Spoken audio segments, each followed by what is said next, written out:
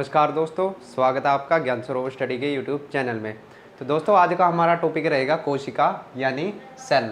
तो आइए पढ़ते हैं सेल के बारे में।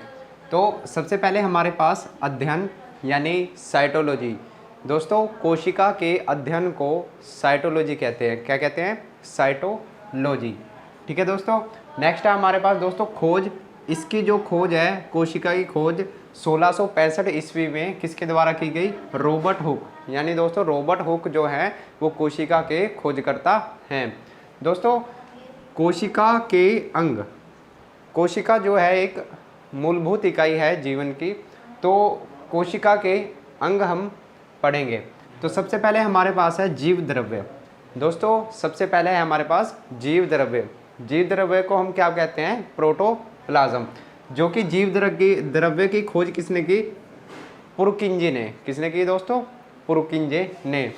दोस्तों जीव द्रव्य जो है इसे जीवन का आधार भी माना जाता है और ये एक तरल गाढ़ा पदार्थ है। यानी कोशिका के अंदर जो तरल गाढ़ा पदार्थ रहेगा उसे हम जीव द्रव्य बोलेंगे। और कोशिका के 80% भाग में क्या पाया जाता है? जल। यानी यहाँ पर ये हम कह सकते हैं कि ये क्या है? सेल है यानी कोशिका। और कोशिका के अंदर है ये केंद्रक। और दोस्तों यहाँ पर ये जितना भी मटेरियल पाया जाएगा ये 80% जो है ये वाटर से बना है। किससे बना है? वाटर यानी पानी से बना है।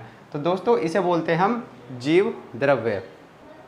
तो दोस्तों नेक्स्ट है हमारे पास सेल वॉल। दोस्तों सेल वॉल यानी कोशिका भित्ति।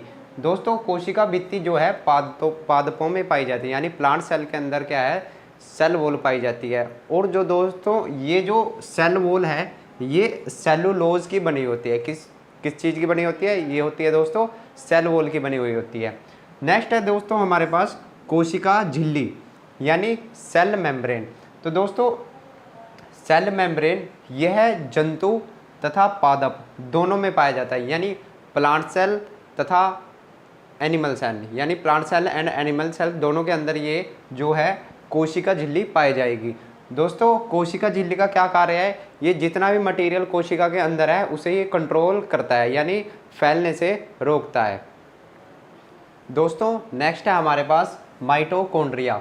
दोस्तों माइटोकॉन्ड्रिया को powerhouse of the cell भी कहा जाता है। यानी पूरी कोशिका के अंदर जो एनर्जी यानी जो एटीपी के रूप में स्टोर होती है वो माइटोकॉन्ड्रिया के द्वारा ही होती है। दोस्तों माइटोकॉन्ड्रिया को powerhouse of the cell भी कहा जाता है। क्या बोलते हैं दोस्तों इसे? Powerhouse of the cell. ठीक है दोस्तों। तो माइटोकॉन्ड्रिया को हम क्या बोलेंगे? Powerhouse of the cell भी बोल सकते हैं। नेक्स्ट है दोस्तों हमारे पास परद्रव्य जालिका यानी एंडोप्लाज्मिक रेटिकुलम। क्या बोलते हैं दोस्तों इसे? Endoplasmic reticulum. तो दोस्तों ये दो प्रकार का होता है। फर्स्ट है हमारे पास SER यानी स्मूथ एंडोप्लाज्मिक रेटिकुलम। सेकंड है हमारे पास दोस्तों रफ एंडोप्लाज्मिक रेटिकुलम। दोस्तों कोशिका के अंदर ये क्या पाया जाता है? हमारे पास एक एंडोप्लाज्मिक रेटिकुलम पाया जाता है जिसके कि दो भाग हैं, smooth endoplasmic reticulum and rough endoplasmic reticulum. तो दोस्तों इनका क्या काम है? दोस्तों कोशिका के अंदर माइटोकॉन्ड्रिया हो गया और हमारे पास एंडोप्लाज्मिक रेटिकुलम भी है दोस्तों। तो दोस्तों ये दो प्रकार का है। ये दो प्रकार का यानी एक हो गया स्मूथ और एक हो गया रफ एंडोप्लाज्मिक रेटिकुलम। तो दोस्तों ये कोशिका के अंदर जो अंतद्रव्य ये जालिका है इनका क्या कार्य है? ये जैसे हमारे शरीर में हड्डियों का काम है कि कंकाल को सपोर्ट यानी पूरी बॉडी को सपोर्ट प्रदान करना यानी कि सपोर्ट का कार्य करता है, ऐसे ही पूरी कोशिका के अंदर कंकाल का कार्य कौन करता है? Endoplasmic reticulum. तो दो प्रकार का है SER एंड SERER। तो दोस्तों स्मूथ एंडोप्लाज्मिक रेटिकुलम जो कि एकदम स्मूथ रहता है और एक रहता है रफ एंडोप्लाज्मिक रेटिकुलम। तो दोस्तों जो रफ रहता है उसके ऊपर छोटे छोटे धब्बे यानी जैसे अगर ये एंडोप्लाज्मिक रेटिकुलम है तो दोस्तों इस पे छोटे छोटे डॉट डॉट पाए जाते हैं। ठीक है, जो कि क्या है? प्रोटीन के बने हुए होते हैं। किसके? राइबोसोम। क्या चिपके हुए रहते हैं दोस्तों, इस पे छोटे छोटे राइबोसोम चिपके हुए रहते हैं। ठीक है दोस्तों, तो राइबोसोम का क्या काम है दोस्तों, राइबोसोम क्या है, प्रोटीन का निर्माण करता है, यानी प्रोटीन फैक्ट्री भी किसे बोलते हैं, राइबोसोम को बोलते हैं। तो दोस्तों राइबोसोम भी दो प्रकार के हैं, जो कि पहला है 70S टाइप राइबोसोम और सेकंड है हमारे पास 80S टाइप राइबोसोम।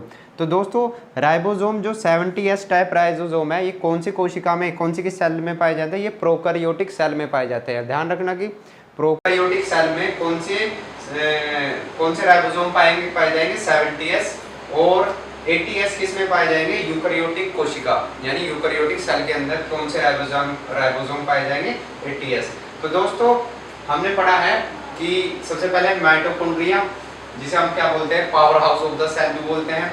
नेक्स्ट है हमारे पास परद्रव्य जालिका यानी एंडोप्लाज्मिक रेटिकुलम, जो कि कोशिका के अंदर ही पाए जाते हैं, और एंडोप्लाज्मिक रेटिकुलम के ऊपर छोटे छोटे क्या चिपके हुए रहते हैं, राइबोसोम, जिसे जो किस चीज का निर्माण करते हैं, प्रोटीन का निर्माण करते हैं। इसलिए एंडोप्लाज्मिक रेटिकुलम को क्या बोलते हैं, या इन्हें राइबोसोम को क्या बोलते हैं, हम प्रोटीन की फैक्ट्री भी बोलते हैं, जहां से प्रोटीन का निर्माण होता है। तो ये दो प्रकार के दोस्तों, 70S और 80S। तो दोस्तों नेक्स्ट है हमारे पास कि सेंट्रोसोम। तो जो अगला जो अंग है जो कि कोशिका के अंदर पाया जाता है, उसका क्या नाम है, सेंट्रोसोम, यानी तारक काय। दोस्तों सेंट्रोसोम का क्या कार्य है, सेंट्रोसोम जो है वो कोशिका विभाजन करता है, यानी कोशिका को डिवाइड करता है, यानी एक कोशिका से दो कोशिका से चार कोशिका, 4 से 8 कोशिका, यानी ये डिवाइड करता है किसको, कोशिकाओं को। तो दोस्तों सबसे पहले मेन इंपॉर्टेंट बात है कि ये हमारे किसमें, दिमाग में नहीं पाई जाती, यानी ब्रेन में नहीं पाई जाती। एग्जाम्पल के लिए समझेंगे कि आपको कहीं चोट लग जाती है, आपको कहीं शरीर में चोट लग जाती है, तो आसपास की कोशिकाएं उस चोट के आसपास आकर क्या करती हैं कि उसे सेल डिवीजन के थ्रू क्या कर देती हैं, उस चोट को सही कर देती हैं।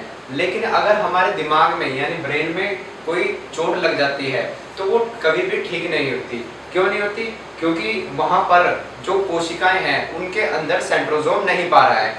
अगर सेंट्रोसोम नहीं है तो कोशिका विभाजन नहीं होगा, नई कोशिका नहीं बन सकती। और यहाँ पर दूसरी ओर कि जो हमारे पास अदर सेल है, यानी हमारे हार्ट के हो गए, लीवर के हो गए, या और भी कोई जो अंग है, उनके अंदर जो कोशिकाएं पाई जाती हैं उनके अंदर सेंट्रोसोम पाया जाता है। अगर सेंट्रोसोम पाया जाएगा तो क्या होगा, कोशिका विभाजन हो गया, अन्यथा नहीं होगा। और इसी कारण से हमारे शरीर पर जो भी चोट लगती है नाम मात्र के लिए वे बहुत जल्दी ठीक हो जाती है, लेकिन ब्रेन में छोटी सी भी चोट अगर लग जाती है वो कभी भी ठीक नहीं होती। नेक्स्ट है हमारे पास दोस्तों कि पादप कोशिकाओं में ये जो है ये सेल प्लेट, यानी सेल प्लेट पाए जाते हैं दोस्तों। जैसे ही हमारे पास सेंट्रोसोम यहाँ पर पाया जा रहा है, पादप कोशिकाओं में ये काम कौन करेगा, सेल प्लेट, यानी सेल डिवीजन, यानी कोशिका विभाजन का काम पादप कोशिकाओं के अंदर कौन करेगा, सेल प्लेट करेगा। नेक्स्ट है दोस्तों लाइसोसोम। दोस्तों ये बहुत इंपॉर्टेंट है, लाइसोसोम। लाइसोसोम को क्या बोलते हैं हम, आत्महत्या की थैली भी बोलते हैं। क्या बोलते हैं दोस्तों, आत्महत्या की थैली भी।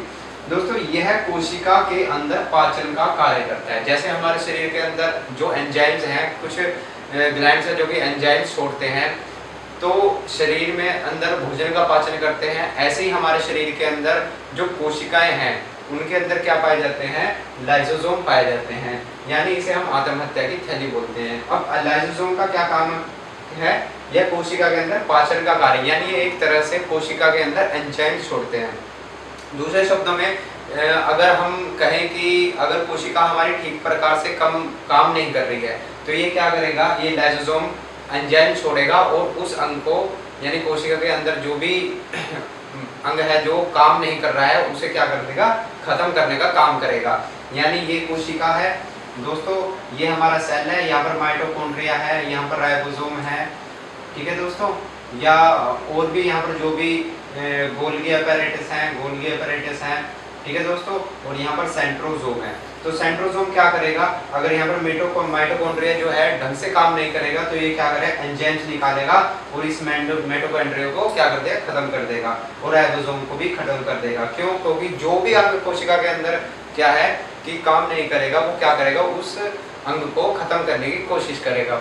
और अगर ऐसी सिचुएशन आ जाती है कि पूरी ही कोशिका ढंग से काम नहीं कर रही है, अगर पूरी भी कोशिका काम नहीं कर रही है तो ये क्या होता है, खुद ही फट जाती है। जो ये हमारे पास लाइसोसोम है, ये खुद ही को ब्लास्ट कर लेता है और जिससे पूरी कोशिका नष्ट हो जाती है। तो दोस्तों नेक्स्ट पॉइंट है हमारे पास न्यूक्लियस। दोस्तों न्यूक्लियस यानी केंद्रक, यानी ये जो यहाँ पर हमारे पास कोशिका है, यहाँ पर हमारे पास माइटोकॉन्ड्रिया पाया जाएगा, लाइसोसोम पाया जाएगा, राइबोसोम पाया जाएगा दोस्तों, और सेंटर पे हमारे पास क्या होगा, न्यूक्लियस होगा दोस्तों। क्या होगा, न्यूक्लियस यानी केंद्रक।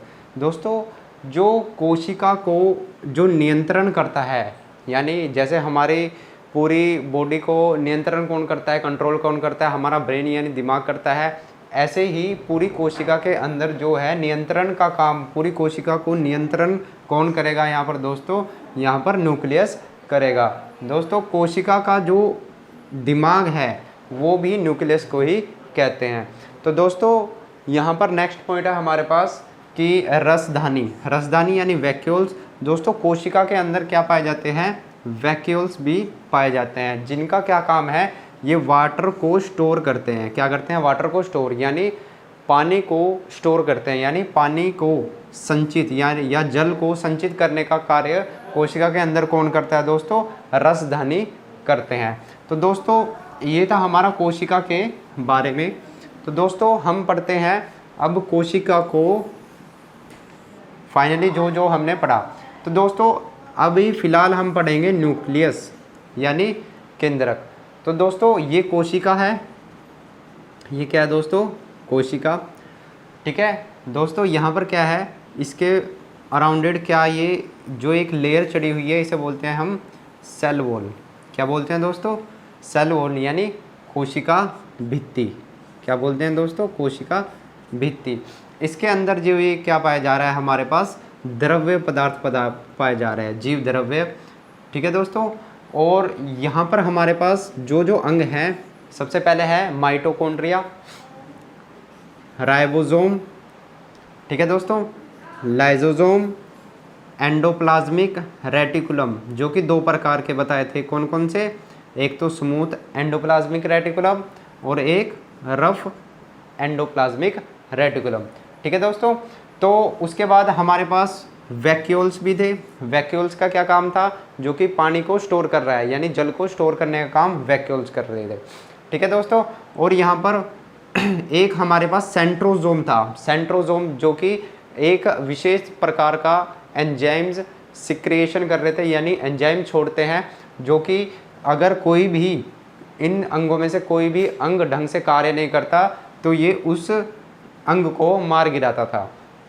तो दोस्तों अब हमारे पास है सेंटर में केंद्रक यानी न्यूक्लियस। दोस्तों न्यूक्लियस के अंदर हमारे पास क्या पाया जाता है, यहाँ पर न्यूक्लियस के अंदर हमारे पास यहाँ पर इसे बोलते हैं दोस्तों केंद्रक, ठीक है दोस्तों। अब न्यूक्लियस के अंदर पाया जाता है हमारे पास डीएनए। क्या पाया जाएगा दोस्तों, ये पाया जाएगा हमारे पास डीएनए। क्या पाया जाएगा दोस्त, डीएनए, डीऑक्साई राइबोज न्यूक्लिक अम्ल, ठीक है दोस्तों।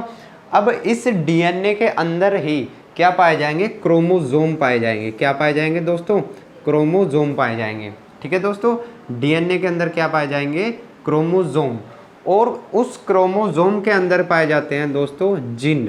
क्या पाए जाते हैं, जिन, ठीक है दोस्तों। यानी सबसे पहले देखेंगे कि सबसे पहले हमारे पास न्यूक्लियस था, न्यूक्लियस यानी केंद्रक। केंद्रक के अंदर पाए जा रहे हैं डीएनए।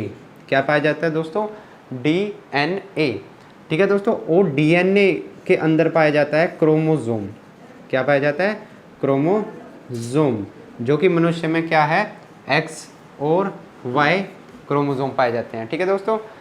नेक्स्ट है हमारे पास क्रोमोसोम के बाद दोस्तों क्रोमोसोम के अंदर हमारे पास पाए जाएंगे जीन। क्या पाए जाएंगे? जीन। और यहीं से हमारे माता पिता की पहचान होती है, यानी डीएनए टेस्ट के द्वारा ही हमारे को पता चल जाता है कि हमारा जो चेहरा है किसी से इतना मैच क्यों कर रहा है। ठीक है दोस्तों, यानी केंद्रक सबसे पहले हम पढ़ेंगे दोस्तों। केंद्रक, केंद्रक के अंदर हमारे पास पाया जाता है डीएनए, डीएनए के अंदर पाया जाएगा क्रोमोसोम, क्रोमोसोम के अंदर पाया जाएगा जीन। और इस जीन, ये जो रहता है जीन, ये हमारा ये वंशज यानी वंशज भी कहलाता है, यानी यहीं से हमारे वंश के बारे में पता चल जाता है कि हम किस डीएनए से रिलेटेड है। ठीक है दोस्तों, आशा है कि वीडियो आपको पसंद आई होगी। अगर ये वीडियो आपको पसंद आई हो तो वीडियो को लाइक ज़रूर करें और शेयर ज़रूर करें, और जिन्होंने अभी तक हमारे चैनल को सब्सक्राइब नहीं किया वे सब्सक्राइब ज़रूर करें। धन्यवाद।